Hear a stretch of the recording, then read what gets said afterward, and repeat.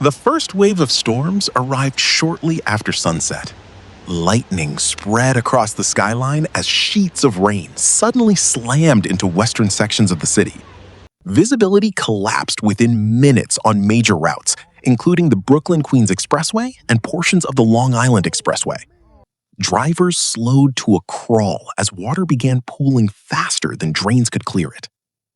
In neighborhoods across southeast Queens, residents recorded cell phone footage showing storm drains erupting upward instead of draining downward. Water surged across intersections in Cambria Heights, Hollis, and Springfield Gardens as rainfall intensified. Then came the emergency alerts. Phones across New York City vibrated simultaneously with flash flood advisories, warning residents to avoid travel unless absolutely necessary. Emergency management officials urged people not to enter flooded streets after reports emerged of vehicles already becoming stranded. Inside several subway stations in Brooklyn and Queens, passengers watched water pour down stairwells onto platforms below.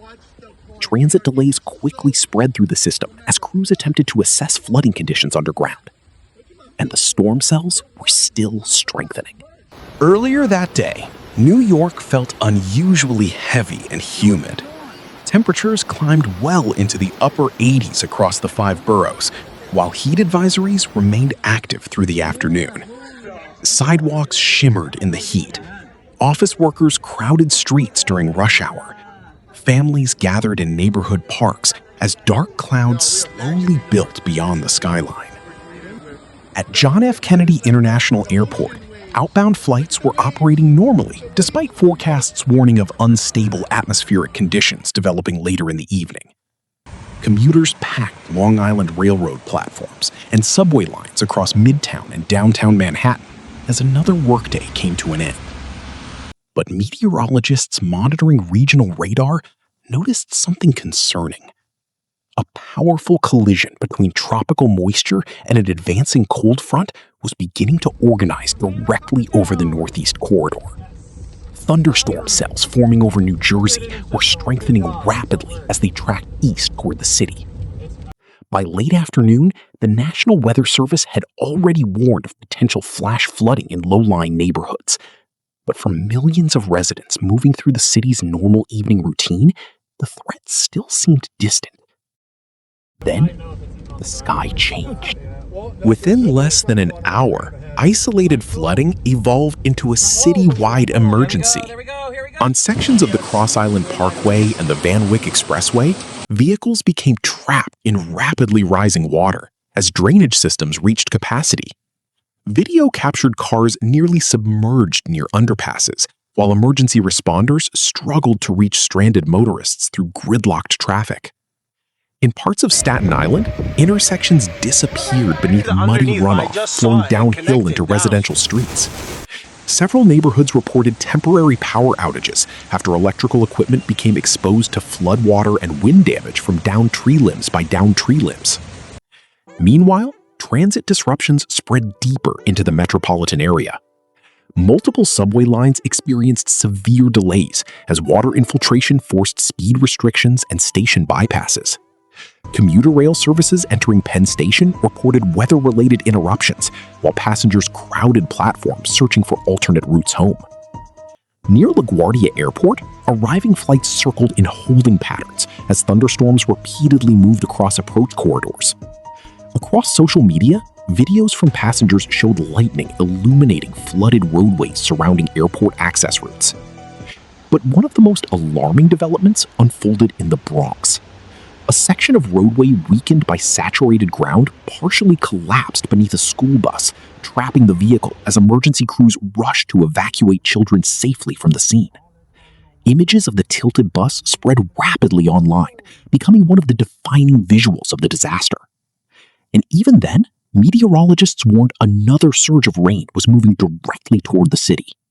By late evening, entire sections of New York City were overwhelmed. In eastern Queens, floodwater surged across residential streets with enough force to push parked vehicles sideways. Drone footage later revealed blocks that resembled shallow rivers rather than city roads. Emergency sirens echoed continuously through neighborhoods where residents attempted to move belongings to higher floors as basements began flooding. Along portions of the Belt Parkway, traffic completely stopped after several lanes disappeared beneath standing water. Drivers abandoned vehicles and climbed onto medians as flood levels continued rising around them. Some rescue crews used high water vehicles to reach stranded motorists trapped inside stalled cars. In lower Manhattan, water cascaded into subway entrances near major transit hubs, creating dangerous conditions underground. Videos from inside stations showed platforms partially submerged as passengers stood on benches trying to avoid incoming water. Elsewhere across the region, intense wind gusts brought down trees and power lines, further complicating emergency response efforts. In parts of Nassau County on Long Island, flooding spilled into commercial districts, forcing temporary business closures and creating widespread traffic paralysis. Hospitals across several boroughs shifted into emergency operations mode as EMS crews responded to weather-related calls ranging from vehicle rescues to flooded residential buildings. Fire departments across the metro area reported dozens of simultaneous incidents within a matter of hours. Then came another dangerous problem. As floodwaters overwhelmed sewer systems, water began backing into streets from below, accelerating flooding in already saturated neighborhoods. Some intersections became impossible to navigate, even for emergency vehicles. The city was no longer dealing with localized flooding. Large sections of America's biggest urban center were effectively underwater. If you enjoy detailed disaster breakdowns like this, consider subscribing for more in-depth coverage of extreme weather events and infrastructure failures around the world. Just as rainfall briefly began easing in some neighborhoods, another cluster of thunderstorms developed south of the city and moved northward overnight. Radar loops showed fresh storm cells tracking directly over already flooded sections of Queens and Brooklyn, triggering renewed flash flood warnings after midnight. Emergency crews that had started clearing roads were suddenly forced back into active rescue operations. In several low-lying neighborhoods, water levels that had started receding surged upward again within minutes. Residents who believed the danger had passed found themselves trapped by a second wave of flooding entering streets and basements. At the same time, concerns grew over infrastructure stability. Engineers monitored vulnerable roadways, retaining walls, and underground utility corridors after reports of pavement buckling and sinkhole formation linked to water saturation beneath aging streets. Transit officials also inspected subway tunnels for structural impacts caused by rapid water intrusion. For many exhausted residents, the most dangerous realization was that this storm system was not behaving like older rain events New York once considered routine. The city's defenses were struggling to keep up with the speed and intensity of modern extreme rainfall. The science behind the flooding was relatively straightforward, but the outcome was amplified by geography and infrastructure limitations. Warm air can hold enormous amounts of moisture, and on this particular day, the atmosphere over the Northeast was exceptionally humid. When the incoming cold front collided with that unstable air mass, thunderstorms rapidly intensified and repeatedly formed over the same locations. Meteorologists call this training, where storms move along the same path like train cars on a track. Instead of rainfall spreading evenly across a region, massive amounts of water fall repeatedly onto the same neighborhoods in a short period of time. In New York City, that becomes especially dangerous because much of the drainage infrastructure was designed decades ago for a different climate pattern. Sewer systems, storm drains, and underground transit networks can quickly become overwhelmed during modern high-intensity rainfall events. And once water begins accumulating faster than it can escape, flooding escalates with astonishing speed. What happened in New York City was only part of a much larger weather emergency, impacting the Northeast. Severe thunderstorms and flooding extended across portions of New Jersey, Long Island, and southern Connecticut as the storm complex moved through the region.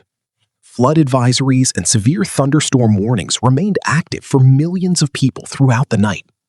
In central New Jersey, emergency crews responded to flooded roadways, fallen trees, and widespread traffic disruptions as rainfall overwhelmed drainage systems in several municipalities.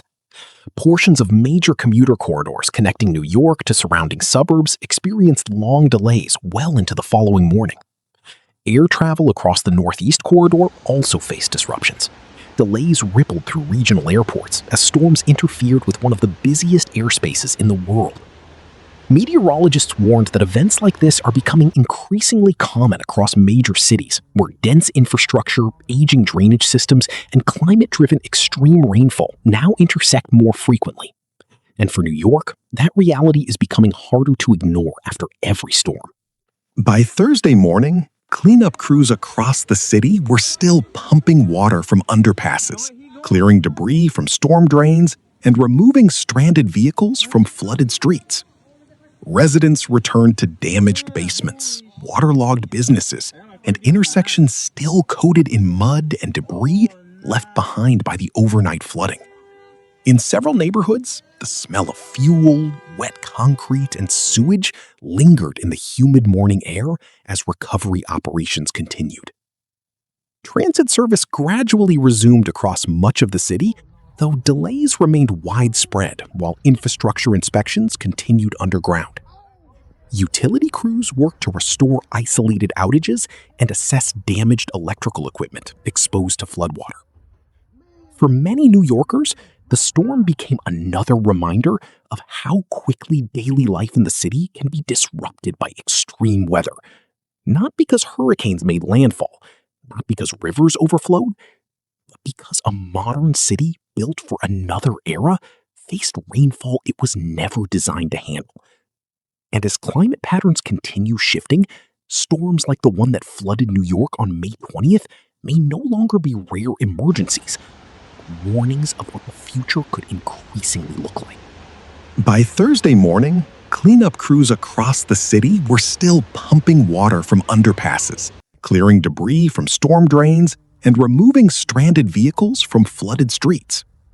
Residents returned to damaged basements, waterlogged businesses, and intersections still coated in mud and debris left behind by the overnight flooding. In several neighborhoods, the smell of fuel, wet concrete, and sewage lingered in the humid morning air as recovery operations continued. Transit service gradually resumed across much of the city, though delays remained widespread while infrastructure inspections continued underground. Utility crews worked to restore isolated outages and assess damaged electrical equipment exposed to floodwater. For many New Yorkers, the storm became another reminder of how quickly daily life in the city can be disrupted by extreme weather. Not because hurricanes made landfall, not because rivers overflowed, but because a modern city built for another era faced rainfall it was never designed to handle. And as climate patterns continue shifting, storms like the one that flooded New York on May 20th may no longer be rare emergencies, warnings of what the future could increasingly look like.